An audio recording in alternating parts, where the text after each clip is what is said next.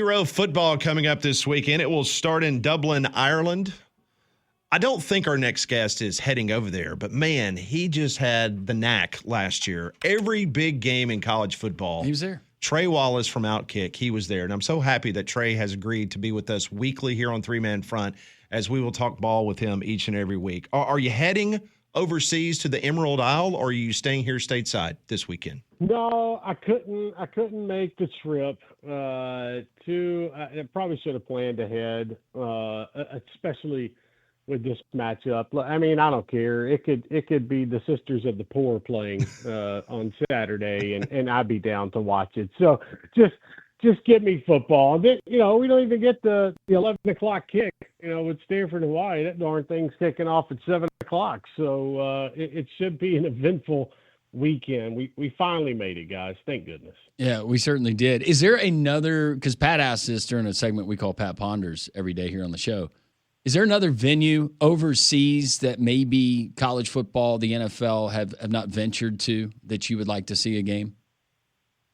I mean, it's interesting that they're going to go to Germany next year. I mean, I do find that one, kind of detailing that Michigan decided to go overseas. I don't know if Sharon Moore is going to be the head coach for that game.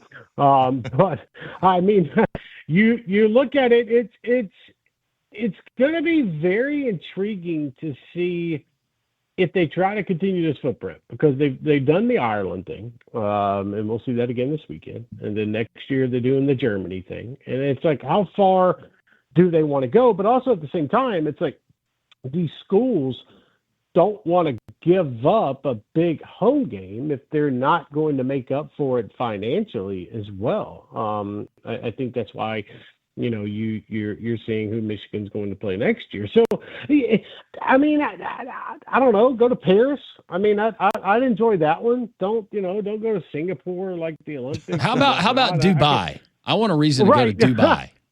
I mean, we've already done a World Cup over there, so I mean, if we want to do something in Qatar, I mean, have at it. But I don't, you better play that in the wintertime. It's so crazy to see what they're trying to do with expansion, and trying to get more fans involved. But you have to realize, like, that's a one-off. Like, I think the NFL is so popular overseas, but I don't know how much college football is. And I think, with them trying to expand that, maybe it works. But at the same time, it is interesting to see how they're going to play this out in the future and what's going to be the next stop. We are so happy that we can probably, at least for the next maybe month or so, we can actually talk football as opposed to house settlement, CFP expansion, and all that kind of stuff. But before we actually do talk X's and O's, you mentioned Sharon Moore in Michigan. When that came out last week, what was your initial impressions, Trey, in regards to what Michigan got or didn't get? That they got off.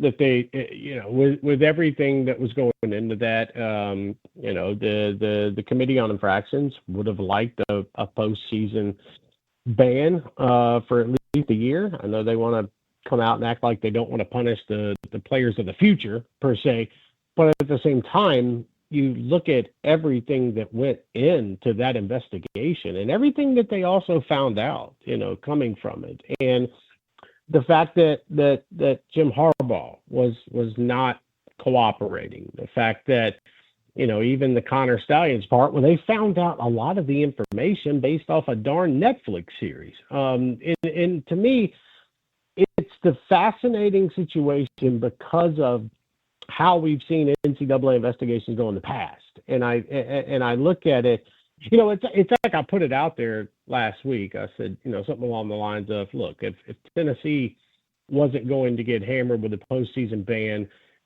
for running a hotel scheme, paying players, through manila envelopes and Chick-fil-A bags, hiding an intern in the state of Ohio so he couldn't get investigated and interviewed by the NCAA.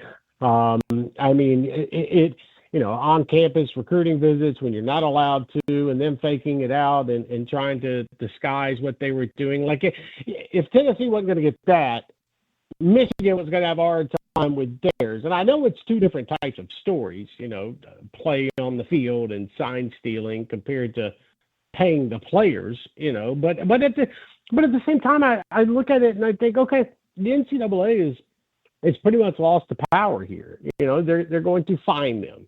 That's pretty much it. Like I don't take anything away from any type of recruiting restrictions or how they're trying to go about, because we knew Michigan was going to appeal it. Once they threw down that fine, it's like, okay, now Michigan's going to come back, try to appeal it, get that docked a little bit, and try to move forward. But I think the other thing, too, that stood out is they didn't suspend Schroemore another game this season. Like, if they really wanted to stick it to Michigan and say, look, we don't agree with what you did. We think Schroemore was involved more than people are putting on. Forget the show causes that Stallion and Harbaugh got.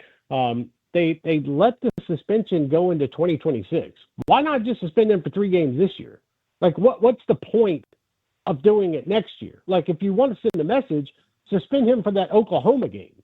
Like, that's where you really, per se, drop the hammer. So I think overall, I think all of this was fumbled. And at the same time, Michigan put up a fight, and, they threatened lawsuits. How many more lawsuits does the NCAA want to go through?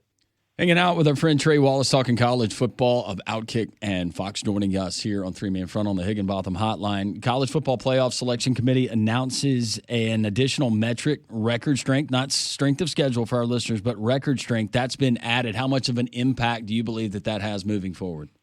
I mean, congratulations to the SEC for handing out packets at spring meetings to show the strength of schedule was so hard. I mean, but that's also a sign that, they knew what was coming. You know what I mean? Like that to me, that was an easy tell.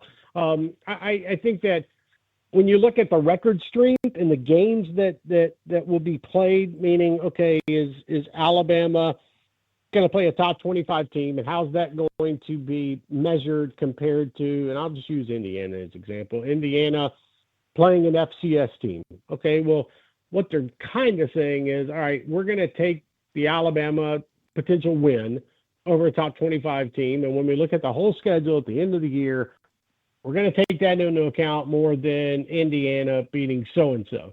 So, I mean, I get what they're trying to do, but at the end of the day, guys, we still have a committee. Like, there's still guys in the room and women that are going to make this decision. So you can throw record strength out there. You can throw different metrics and how you're putting it together. But I look at it, it's still going to come down to a vote. And until they figure out a way to really make that strength of schedule work, and I mean, breaking it down from week 1 to week 13, 14, I still think we're going to have the same type of problems that we've had in years past. But, I mean, at least they're trying, I guess. At least they're trying to come up with different ideas and how they're going to measure out, strength of schedule rankings and what that would look like once we get to the month of November. That first weekend, where CFP rankings are released. But again, right now, I mean, we just saw, Indiana buy out of some series, against some decent opponents and replace them with Hofford. I think what's going to happen at the end of the day, I think the SEC will move to the 9-game conference schedule. They'll up the strength of schedule even more within their own conference if everything plays out according to plan. And at the same time, I do think down the road you're going to see the Big Ten, the SEC start playing, like they do in basketball, like an invitational where a number of teams play each other every year. So, maybe that adds to it. But at the end of the day, I think this was a lot about nothing. They're going to have to prove it first before we believe anything regarding strength of schedule. Trey, has anything changed since we last saw you in Atlanta that would change your mind how you think the pecking order is going to end up in the Southeastern Conference, or is it pretty much holding the chalk like we discussed in Atlanta? I mean, I really do think it's kind of holding the chalk. It's can LSU break this regular season opener losing streak going on the road to Clemson? Can that happen? Can Texas go up to Ohio State and block out the noise and win in Columbus? You look at Georgia's schedule. I like what Alabama's going to have this year. I understand the running back situation, but I think they can get through it until the Bulldogs to come to town and they play. I look at it overall, and I still think we're right there. Even we could throw in Texas, Alabama. You can have Georgia there. You can have LSU. What does Ole Miss look like, with Austin Simmons? I think I know what they're going to look like, but that's so hard to tell. It's even the Texas situation. Like we hear all the hype about Arch, and we get it. Like we understand it. We saw what he did in 2 games last year. But this is a whole different animal. And I give credit to somebody like Arch too. I mean, I remember him saying at SEC Media Days, like, I don't really know why you guys have got me on this preseason list. I haven't done anything yet. And I respect him for that. So at the same time, we're kind of in a wait and see approach, because South Carolina could also be a team with Lenora Sellers, and you got Dylan Stewart along that defensive line. Like, there are so many different variables that it's going to go into this season that we could end up where we were last year, where you got a number of SEC teams fighting for that 12th spot. And at the same time, I'm still so, I look at it, I'm kind of baffled by a little bit of the schedule that we're going to see in the SEC and some of these tough games that we're going to get in the month of September. But I don't think really anything's changed yet. I do think there's kind of a pecking order here. I do think there's going to be a surprise team this year in the conference. I'm not going to say it's Vanderbilt, because I don't want to get run out of the building. I'm not going to say they're going to compete for an SEC championship, but I do think that they cause some problems for opposing teams. But, maybe this is the year that Ole Miss takes that next step. So, again, it could end up looking like last year, where you got a number of teams fighting, but I think we know what the pecking order is. But at the end of the day, guys, man, we're not going to know anything until next weekend. Like, we really aren't. And then at that point, we're still not going to know for another 3 to 4 weeks. So I think that everybody kind of needs to hold back a little bit. Don't freak out. Alabama, go down to Florida State and take care of business against a football team that sure is talking a lot. But at the same time, like, you look at the roster, and Alabama's defense should be able to handle that. But again, you just never know. So to me, that's the most fascinating thing heading into next weekend. And I know everybody's paying attention to Texas and Ohio State, but that battle of Death Valley game at Clemson, to me, that might be the best game of the weekend. And man, we haven't even talked about, we're getting like a run back of Beamer ball with South Carolina and Vatek playing in Atlanta. So yeah, it's going to be very interesting to see how fans start freaking out after the first weekend. Trey, to your point, who is that team maybe that's in the top 15? For me, it's Illinois at number 12, depending on what poll you go to. But who is that team that you think is primed whenever the schedule calls for it to be exposed and not to be that team that a lot of people thought they were in the preseason? Honestly, I think it's going to be Ole Miss this year, because I don't trust that defense right now. And again, that could all change. Go show me what you can do on the field type of deal. But I think that Ole Miss, it could be a 4-loss season for them. And even look at the LSU situation. Garrett Nussmeier, let's just say a weapon goes down, in week 1 or something along those lines, and you look at that offense, and I get that they're trying to establish the run game and they're going to open it up a little more. But even LSU is a team that you have to watch out for. And I think that's based on also years past and what we've seen from Brian Kelly and his squad. So if I'm looking at it right now, I would say LSU, Ole Miss. But I did predict at SEC Media Days that Texas was going to go 9-3. So would that be the biggest shocker?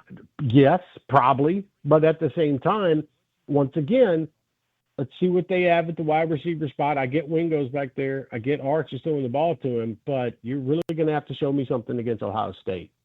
He is Trey Wallace, National College Sports Reporter, Outkick and Fox. You can follow Trey on Twitter, social media, at Trey Wallace _ Trey, we're so excited to have you back for the college football season. You do a wonderful job. Thank you so much. Enjoy week 0, and we'll talk to you next week. Guys, it's going to be a lot of fun. Look forward to joining you guys. Headed to Columbus next weekend. So we got ourselves a heck of a season ahead of us, and this is going to be a lot of fun. Thanks for having me. Hey, thanks for joining us as always. We'll talk to you next week. Thank you, buddy. Trey Wallace, Outkick, and Fox joining us on the Higginbotham Hotline. You deserve solutions that are built for you. Higginbotham's your one-source solution for insurance, financial, and HR services. Get back to school in a new GMC from Courtesy GMC in Trustful. You'll find the lowest prices in the Southeast at Courtesy GMC. And right now, you can get these amazing deals. How about a GMC Sierra 1500? Save up to $17,000 off a brand new truck. A Sierra 2500 HD. Get up to $13,000 off this powerful heavy-duty pickup. Yukon XL, save up to $5,000 on these top-performing SUVs. How about the 2026 Acadias? They have a ride there at Courtesy GMC. I drive the Acadia AT4. I love this off-road-oriented trim level. The AT4 is designed for drivers who want a balance of rugged capability and premium comfort. Every new GMC comes with that 7-year, 100,000-mile powertrain warranty for long-lasting peace of mind. So visit Courtesy GMC today, located in Trustful, just off of I-459 exit 32. You can also browse their inventory at courtesybirmingham.com. Based on what Trey just told us, Hotty Toddy just went to Hootie Tootie. You better believe it. And horns down, Texas fans. We'll discuss it next on Three Man Front.